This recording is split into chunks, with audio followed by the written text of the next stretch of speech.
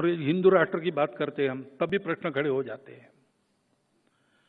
क्योंकि राष्ट्र का हम ट्रांसलेशन करते नेशन, वो कंसेप्ट वेस्टर्न कंसेप्ट है। नेशन के साथ स्टेट जुड़ता है, राष्ट्र के साथ स्टेट आवश्यक नहीं है। हमारा राष्ट्र है पहले से, हिंदू शब्द निकाल के आप विचार करो, हमारा राष्ट्र पहले से, गांधी जी ने भी कहा है। एक राष्ट्र के नाते हम लड़े, बार बार लड़े, उत्तर से दक्षिण, पूर्व से पश्चिम हमारा संचार रहा है।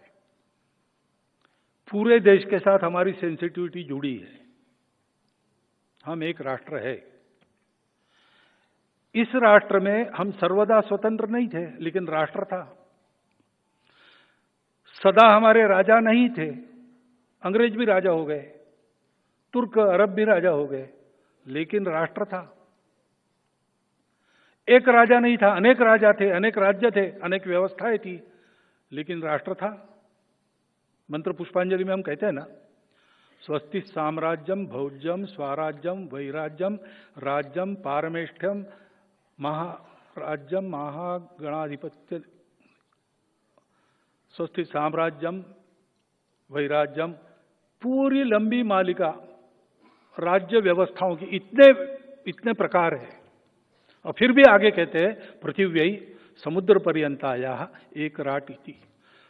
समुद्र पर्यंत जो पृथ्वी है, पृथ्वीराज यानी कृषि योग्य बनाई भूमि, उसमें एक राट है। चक्रवर्ती थे तब भी हम यही कहते थे, चक्रवर्ती नहीं थे, अलग अलग राज्य थे, तब भी हम यही कहते थे। अंग्रेज राजा थे तब भी हम यही कहते थे, विदेशी आकर राज करते थे तब भी हम यही कहते। राष्ट्र था, सत्ता बदलती रही।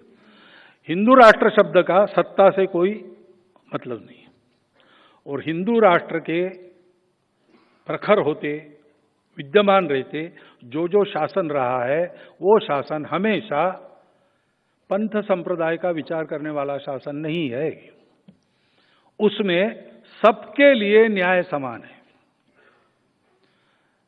पंथ संप्रदाय भाषा कुछ भी नहीं, कोई भी भेद नहीं, प्रजा के लिए समान न्याय। और इसलिए जब हम हिंदू राष्ट्र कहते हैं तब हम किसी को छोड़ रहे, ऐसा नहीं है।